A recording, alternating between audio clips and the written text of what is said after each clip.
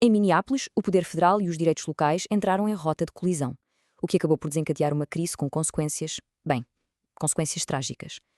Vamos olhar de perto para a forma como um único incidente pôs em causa não só a autoridade do Estado, mas a própria noção de justiça. Para começar, vamos situar-nos no tempo e no espaço. Estamos em Minneapolis, em janeiro de 2026.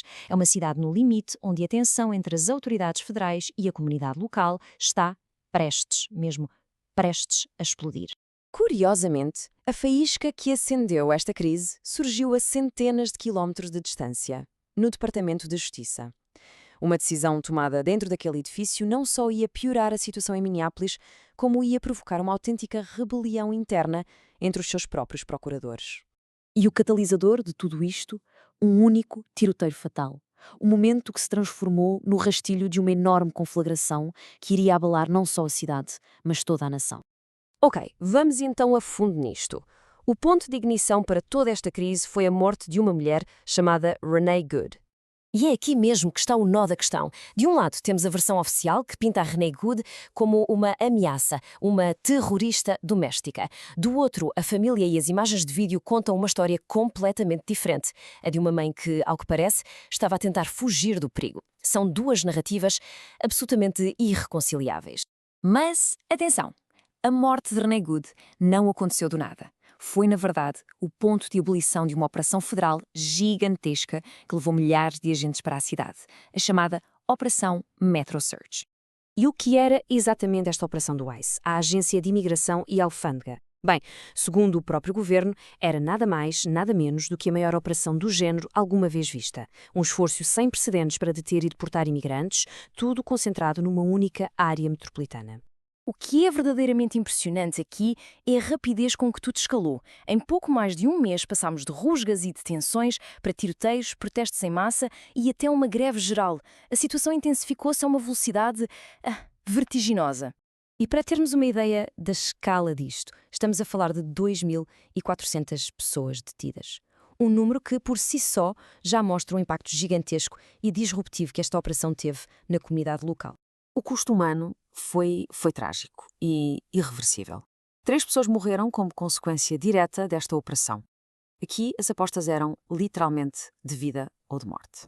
E este número diz muito sobre as alegações de excessos. Mais de 300 ações judiciais por detenção ilegal num período de tempo curtíssimo. É um valor que levanta questões muito sérias sobre possíveis violações de direitos civis em larga escala. Com tudo isto a acontecer, como seria de esperar, a reação foi inevitável e explosiva, tanto nas ruas como nas instituições políticas. A cidade, pura e simplesmente, entrou em erupção. A resposta da população foi avassaladora. Marchas gigantescas, uma greve geral com uma adesão impressionante, escolas e centenas de negócios fechados em sinal de protesto. Do outro lado, a resposta federal foi de confronto, com o uso de gás lacrimogéneo e gás-pimenta contra os manifestantes. E aqui conseguimos sentir a frustração da liderança local. O presidente da Câmara de Minneapolis acusa o governo federal de já ter uma história pronta, uma narrativa definida, ignorando qualquer necessidade de uma investigação que fosse de facto imparcial. Em contraste direto, o vice-presidente não só defende a narrativa oficial, como a eleva, ligando a Renee Good a uma conspiração muito maior para justificar as ações federais. Eram, claramente, duas visões do mundo em colisão total. Mas o mais surpreendente é que o conflito não ficou só cá fora, nas ruas. Rebentou dentro do próprio Departamento de Justiça. A decisão de não investigar o tiroteio provocou uma verdadeira crise de consciência que levou a demissões em protesto, ao mais alto nível da divisão de direitos civis. E tudo isso nos leva, claro, à questão fundamental no centro desta crise. O conflito legal sobre quem é que manda aqui. Quando a lei federal e a lei estadual chocam, qual delas é que prevalece? Pois bem, o governo federal baseou a sua autoridade num princípio constitucional, a cláusula de supremacia. Basicamente, o que isto diz é que, em caso de conflito, a lei federal está acima da lei estadual. Só que as autoridades locais não se ficaram e responderam com um desafio direto. A procuradora do condado foi muito clara ao dizer que a supremacia federal não é um cheque em branco para violar as leis criminais do Estado. O palco para uma grande batalha legal estava, portanto, montado. Isto leva-nos a uma questão ainda mais profunda.